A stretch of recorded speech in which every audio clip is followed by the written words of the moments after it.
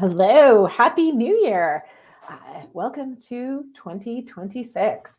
All right, so I see some folks are already here. So hello, Bruce and Anani, Mommy, and Kevin are all in the house saying hello. So welcome. And today's topic, we're going to cover, I bucketed it into three things of problems that I see people entering 2026 trying to solve. I'm going to give you a reframe on them so that it's maybe a little easier, smoother for you to make 2026 a year of success for you and your author business. There was so many changes in 2025 that it's easy to enter 2026 kind of having whiplash. The Amazon algorithm updates, Find Away Voices went away and was replaced by Spotify by authors and Voices by an audio. Sorry if you get background noise. There's people walking the hallway in front of my office. And AI narration, digital voice narration, it got major legs, and discoverability has changed from a list of links to a synthesized answer. And that has major implications for authors.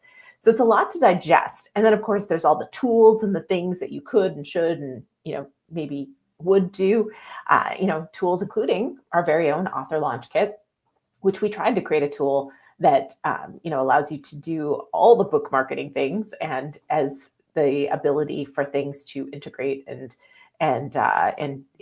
the ease with which we can add things. At one point, I think it could be the one-stop shop for book marketing. But just all of the things can leave you feeling like you're dealing with way too much. And I think the good news is 2026 is not the year of having to do more. I think it's really the year of thinking strategically about what is the right problem I need to solve and what order do I have to kind of address the problems that I'm facing in. And when you get that right, I think the year is actually going to be a lot easier for you. The first one, and it's funny that this is my first one because somebody just called me and I haven't had a chance to call him back. But he needs to go fast, right? This is the thing. And, if only we'd started working with him back in September when I first talked to him, this wouldn't be a, red alert emergency. But regardless, a lot of authors are optimizing for speed first, and they need clarity first. And a lot of the questions, this guy's situation aside, it's, I want to write faster. Which tools should I use? How do I do X?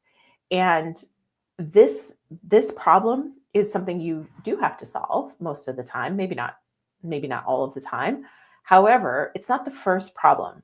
And when you get the first problem right, everything else, especially speed, will happen a lot more naturally. So with a lot less friction, a lot less effort.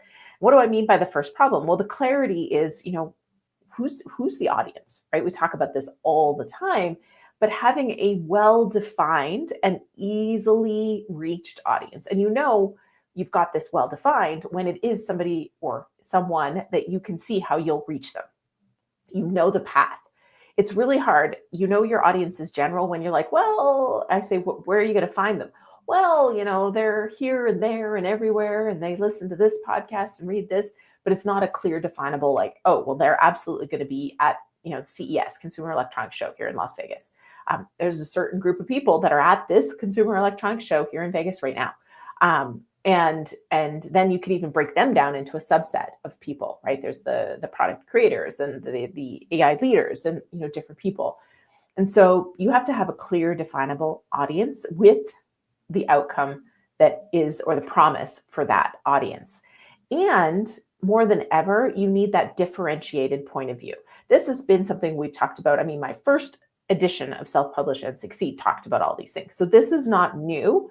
It's just that there's so much, the word slop was put into one of the dictionaries last year from all the AI slop. And the reality is that because of that, there's so much more noise. And that makes it even more important that you have that clear reader, that clear promise, and your differentiated point of view. And, it's those stories that you can tell that will give people a lens to look at it. And just trying to think of a story. Well, here's a somewhat unrelated, a very unrelated story that I'll try to tie back to this. So when I was young, one of my first jobs was working in my parents' motel. I grew up in a 20-room motel on the side of the highway in rural Alberta, Canada. But my first job working for somebody other than my parents was as a lifeguard and a swimming lesson teacher at our local pool. And I was 14 when I got that job, so still pretty young. And I remember coming home from the pool one day crying to my dad. It was my first time teaching swimming lessons, and it was I don't remember what they called them, but the little fishes, right? Like one of the little groups. And I was following the curriculum, and I remember one of the parents pulled me aside after the lesson and said that they were concerned because I played too many games and they didn't think their child was going to learn how to swim. And they thought that I needed to have more focus on the skills and the swimming skill and the learning to swim. And then as I was leaving that day, another parent from the same class, had talked to, my boss actually told me that another parent from that same class had said that they didn't think their child was having enough fun and I needed to play more games. And I went home to my dad and I cried. I was like, it's the same class. And I have one parent saying I need to play more games. And I have another parent saying I played too many games. Like, I can't win. And I remember my dad, this was probably not the first time I was told this, but it was kind of the first time where I really saw it, which was, you can't please everyone. And so, you really shouldn't try to please everyone. You need to have your own objectives and go after your own objectives. And so, he said, what's the expectation? What's the pool's expectation of this class? Like, what are you supposed to achieve? And, what's class success for you look like? And I had to realize that I wasn't there to please the parents. I was there to help the kids gain, XYZ skill and, hopefully enjoy swimming along the way. Hard thing to learn at 14 as you have parents, two different parents kind of scolding you and telling you what to do and going to your boss and saying you weren't doing a good enough job. But I think that clarity helped me get through this with more confidence and hone in. And I think when you have your own clear objective and you understand what you're trying to create and why, you now can use that to make all your decisions. And that kind of clarity, it makes it a lot less friction along the path. And so giving yourself that clear objective, but then also knowing who you're serving and why and with what message is going to set you up for speed. And so you're not solving the problem for speed, you're solving with clarity, but it gives you speed. Make sense? And this is going to help you with everything that has changed because the answer engines, they reward specificity. They are really trying to find, this person has a problem and this is the solution. And the more clear you are on who and why and what you offer, the easier it is for the answer engine to go, this is the match, right? And you want to be the match. And so being vague in general is going to hurt you more than ever. So getting to the source of this and taking some time to get this right is so, so important. And a lot of times I see authors either trying to push for speed or they try to jump to something else because the one thing isn't working because they're not clear. And I think that this will help a lot. All right. So Jason says he taught swimming lessons in high school as well. So yay. Hopefully you didn't have the conflict and the contradictions from your parents that I did in my very first class. All right. Coley's here, or I hope I'm saying that. Hopefully I'm saying that right. Coley? Might be Coley. I'm not sure. Anyways, hello and welcome. Glad to have you here. I see lots of people talking. Bill's in the house too. 1, 2, 3. Link. It's great to see you. Renee. Awesome. Some people I haven't seen around in a while. Welcome. All right. So that's the first problem that we're solving, and we're solving it with clarity, and that's going to give us speed. So we're not solving for speed. We're solving for clarity, and that's going to help us rise to the top on the search engines as well. All right. The next problem that I see all the time is, and this one again is a reframe. So rather than, and Angela, she's behind the scenes, but it feels like all we've done today is talk about reframing. But so authors are solving for visibility, right? So this comes out, we see this all the time with, I need more followers. I need to be seen on this platform. I need to get more emails, subscribers. And I think that, it's still it's visible. We all want visibility. But instead of thinking about it as those things, the visibility problem, I think we want to think about it as I want to be recommended, right? So just a slight shift in this, because I think it's going to be a lot more about who's getting recommended. And we see this already. We've seen this in the last year. It's an interesting thing. Somebody finds us as a company, book launchers, on Google. That, we'll call them a lead. That lead who reaches out to us, wants to potentially work with us on their book. That lead has lower trust in us than the lead that was referred us or recommended us from, Grok or from ChatGPT. The trust that we right now have in our LLM's recommendations is so much higher than just having something surface. And part of that is because the answer engine optimization, the agentic searches, they're synthesizing data from a lot of places, and they're checking things like reviews and other kind of sites to synthesize this answer and say, hey, this is exactly what you're looking for. But it also is looking at who you are, as well as what the problem is that the author solves, who you are as in who the searcher is, I should say. So all that to say is that what we want to do is we want to be recommended, right? This isn't about visibility and numbers, right? This isn't about website clicks and followers. This is about who, I use that word loosely, is recommending us. And we have some work to do to become this thing called a trusted entity, because once you become a trusted entity, you will be the recommendation. And it was really, really funny because one of my friends in entrepreneur organization that I'm very active in here in Vegas and on a regional level, she said, she was telling me that her husband was helping one of their clients with something, and they were looking for book publishing services.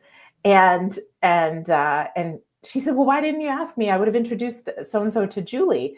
And he said, well, actually, funny enough, we searched on ChatGPT, and ChatGPT told us to talk to Julie. So they did reach out. So, and that's how valuable this is, right? You want to be the answer when, of course, somebody you know is going to be looking to recommend you, but you also want to be the answer there. But to be that trusted entity, there's some work that has to be done to build that profile so that you become that trusted entity, because it's not just searching for the exact keyword match, which is where we used to be. It chooses people or companies that can be trusted and builds the answers from there. And so this is kind of the new problem for 2026, in my view, that we all need to be solving for. And that is, how do we become the entity, that person or brand that the system, the agentic searches, or the whatever you want to call it, recognizes as a reliable, recommendable source. And you can become the entity when the name you have is consistently associated with the topic. So going back to that problem at the beginning, you can see how these are all related, right? If you're not clear, right? This is what I've been saying for a while. If you wrote a book on leadership, you're doomed, because besides the fact that there's so many great books out there on leadership already, that topic is saturated. How are you going to be associated with the topic of leadership?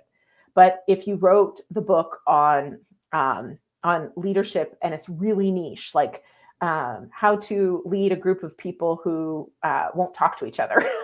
I'm just making stuff up. But how do you lead a group of people who won't talk to each other or can't talk to each other or whatever it is?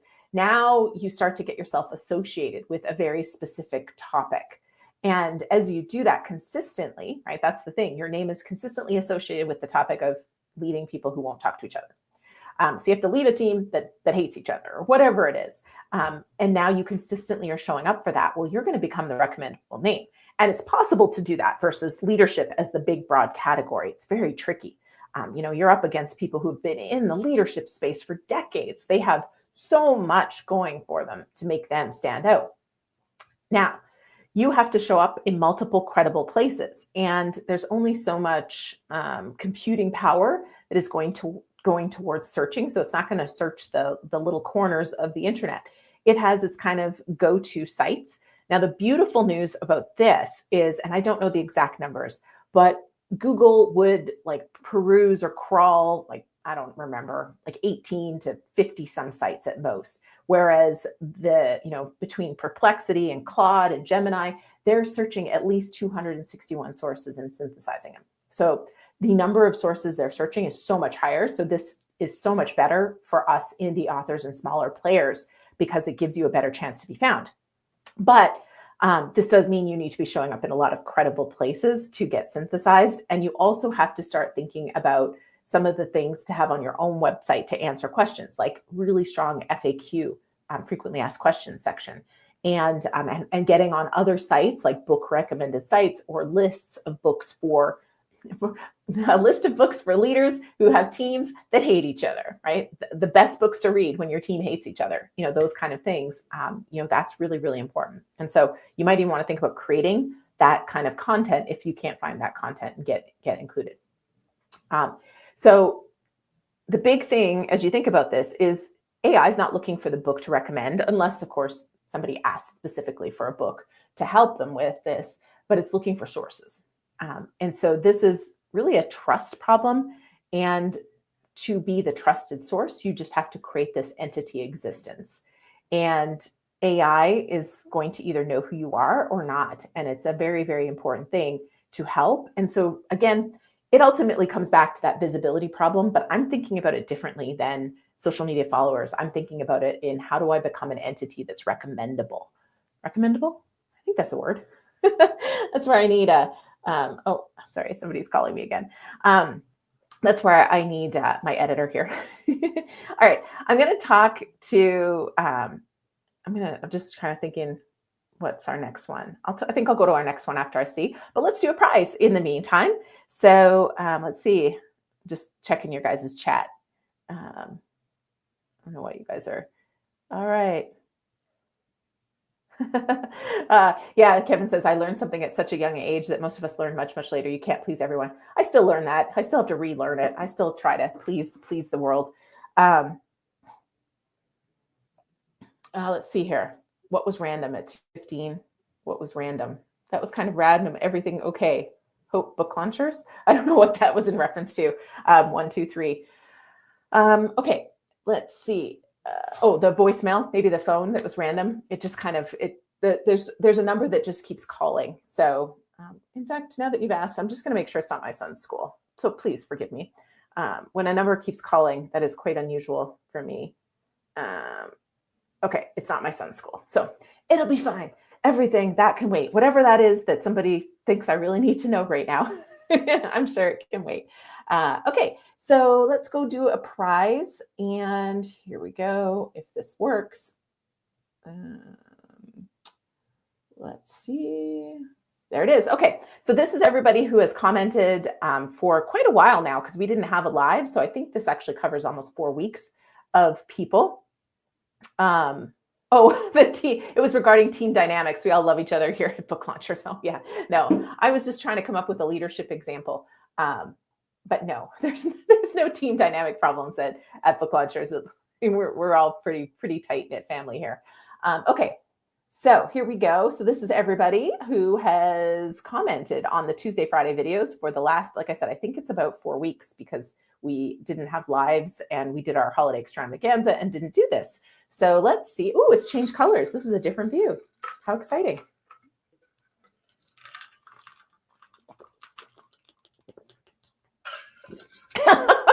Fallen Hellscape. What a name. All right, Fallen Hellscape. Congratulations. You have won. I believe we have the usual prizes, Angela. You can verify for me, but you'll need to email Angela at team@booklaunchers.com with your mailing address and the prize that you'd like. We always have Self-Publish and Succeed, Self-Promote and Succeed. I believe we also have our OSA Soft Journal and some mugs kicking around. So you can let her know which one you would like. And thank you for being a commenter on the day a video was released. And I am going to pull one more while we're here. And then the rest of our prizes will be for those of you who are on the live and have said hello today.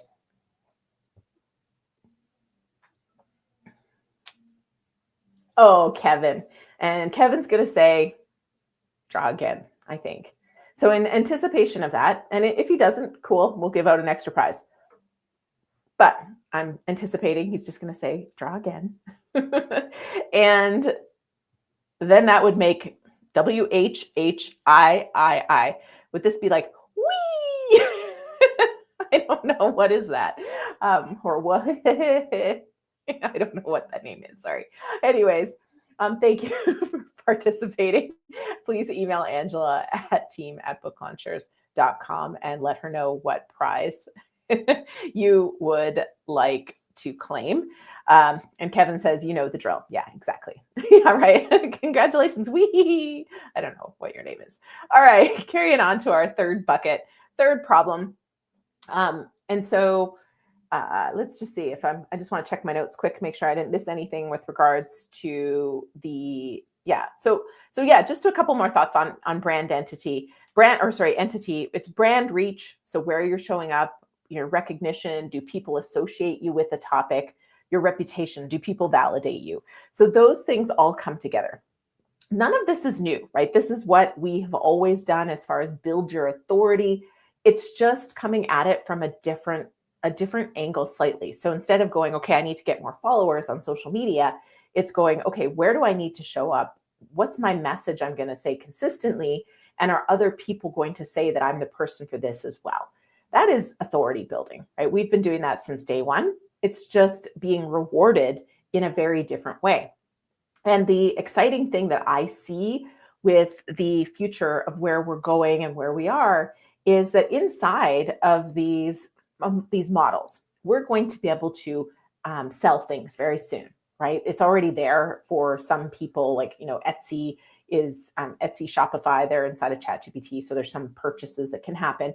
But as an author, I think the day is coming very soon, sometime this year, I would expect, where we're going to be able to sell our book inside of the ChatGPT space pretty easily, right? It'd be crazy for Amazon and ChatGPT, or Amazon and somebody, OpenAI, I think, invested in Amazon. I can't remember the exact thing, but it would be crazy for there not to be some sort of an integration thing happening soon. But in the meantime, Shopify already is one of the apps, and there's opportunities there. But as these recommendations start happening, there's going to be some ability for us to then directly connect to our readers at that point, or run ads, right? This is how every platform ever goes down this road, right? You start using Facebook. Once upon a time, everybody would see your stuff. And even Google didn't have ads in the beginning. People got used to using it, and then ads appeared. So this is highly likely where we're going. And the more that we can capitalize on it now and be early, the easier all of those other things, when they come out, will be for us. And so I think it's a really, really cool time to be learning about this and start adapting it and start building that authority or that entity even stronger, and really looking at the where and the why and the what message, and getting it right. All right, the last thing, the last bucket is kind of this launch mentality, right? And I talked about this in my video about 2026, I think, the problems. I can't remember exactly what it was. I talked about it though, how this launch mindset is, Amazon killed a lot of the benefit of a single day launch push, right? It's really rewarding that consistent conversion, and that one day hit is not that beneficial. And so I think that it's a gift for us to not think about a single day of launch being the important thing, and to think about it instead of a single thing, versus thinking about it as a single thing, thinking about it as the actions we're going to take to build and to use our book for infrastructure as a intellectual property that creates an empire. And again, this is why we have our Authors Empire workshop this year, because I think that this mindset is really, really important. And so not thinking about a book like a project, but thinking about it as intellectual property, not thinking about how do I launch this book, versus instead thinking about how do I use this book to build this empire. And what is this book going to unlock for me? What does this book make easier? What do I need to do to make this book lead to this? So you have to have a bigger picture, like, what's my ecosystem? What's my empire that I'm building? And how does the book make that next phase possible, easier, unlock it. And I think it's a little bit of a tweak to kind of seeing book launch as your finish line versus how I think of it as your book launch is the start, right? It's the foundation. Getting the book right, positioning it. So going back to problem number one with your who's this book for? Well, why are they going to care? What's the promise? And you get that foundation right. Now you've got the foundation for your empire. And now you can build that back end and you'll be clear. And you aren't just looking at sales, you're looking at, okay, am I getting recommended? Am I getting speaking? Am I getting my consulting? Is my course selling? Whatever it is, am I getting leads into my business? And I think that it really, really helps. And so it's been a gift that Amazon is not rewarding that big launch, that big sales spike anymore like it used to, because now it kind of takes the pressure off. And it's still beneficial to drive momentum into a launch, right? That's still very, very beneficial, because if you create momentum into a launch, that does help you going forward. But it's so much less about that being the finish line, have a great launch, as it is that's really your starting line, right? So how quickly are we coming off of that starting line, and what are we running towards? What are we building around this? And I think that it's really important because the book will give you the trust anchors, and it gives you a reason to get out there and build the authority, because now you've got a book. It's a reason to interview you. It's a reason to feature you. It's a reason to put you on these lists, and it becomes recommendation fuel. So I think it's exciting.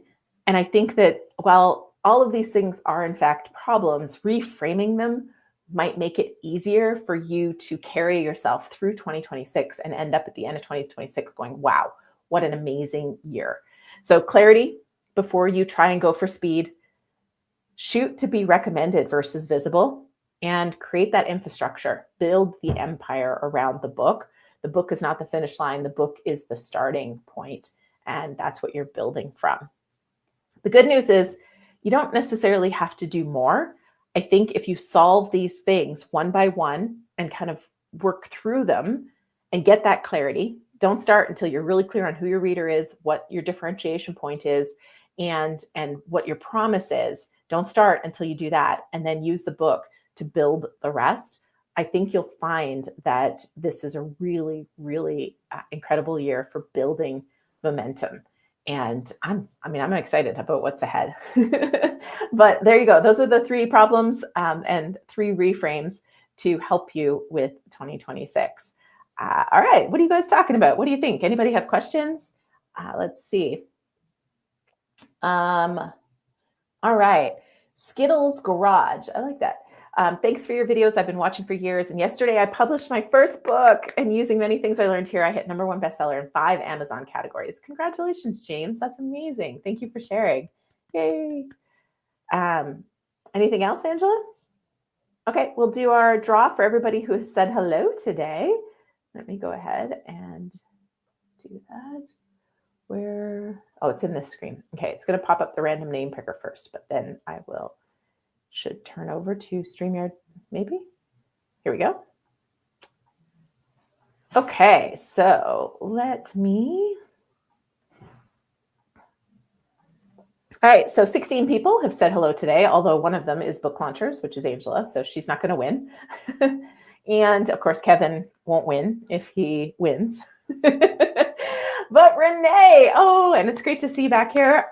Congratulations. So you know the drill as well. Let Angela know what you would like. team@booklaunchers.com with your mailing address and your prize choice. And I'm going to draw one more time. And then we'll see if you guys have any questions, and then we'll wrap up. Okay, next person is Coley or Collie. I don't know how to say it. Cutler Realtor. Congratulations, and so great to have you here. I think you're a first-time winner. Yay! So email Angela at team@booklaunchers.com. Depending on where you're located, the prize package usually includes one of my books, if you don't have them, a mug, or a journal. If you're international, she has other prizes that won't trigger duty, tariffs, etc. So congratulations, and thank you for being here.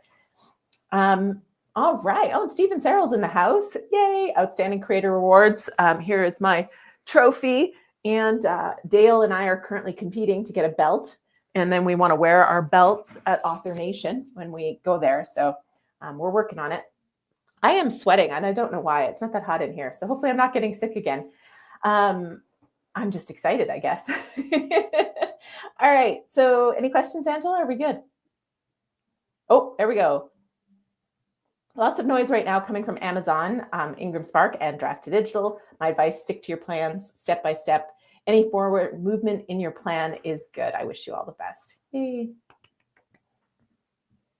Nothing else. All right. And then 1, 2, 3 link says trying to stay focused on that reader becomes a challenge when you're trying to market. How does one stay focused on that reader? Yeah, great question. I think, when you say when you're trying to market, really the only person you should be focused on when you're marketing your book is the reader. But I think going back to your goals with what your bigger picture is, like what's the ecosystem, the empire that you're trying to create, and really think about it from a what do they need to hear from me right now? Which is why, if you've followed book launchers at all, we've really made a little bit of a shift lately because I am seeing that there's so much happening that I'm trying to simplify what authors need to do. And so for me, my messaging is shifting a little bit. It's still marketing at the end of the day, but it's shifting because I think that there's so much going on and there's so much that people could be doing that I think it's simpler to give a lens of, okay, like there's 1,000 things you could do, but let's do these next 3. So what is that for you and for your reader?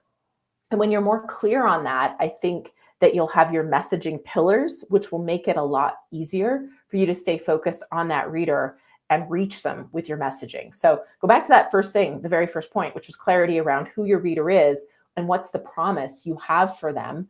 And then, of course, what's your lens that you're offering them, and go from there.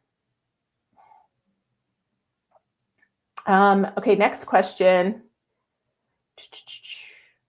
Okay. Do you think book talk influencers are relevant for nonfiction authors? Yeah, they are. We have never put a lot of time into book talk, partly because it really is generally driven by fiction and for fiction.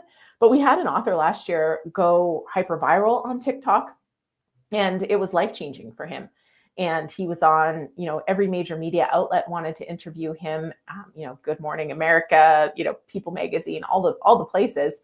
And so that was amazing. And I think if you are able to connect with somebody on Book Talk who is an influencer for the nonfiction space, and it's a good fit for your market, I think it's great.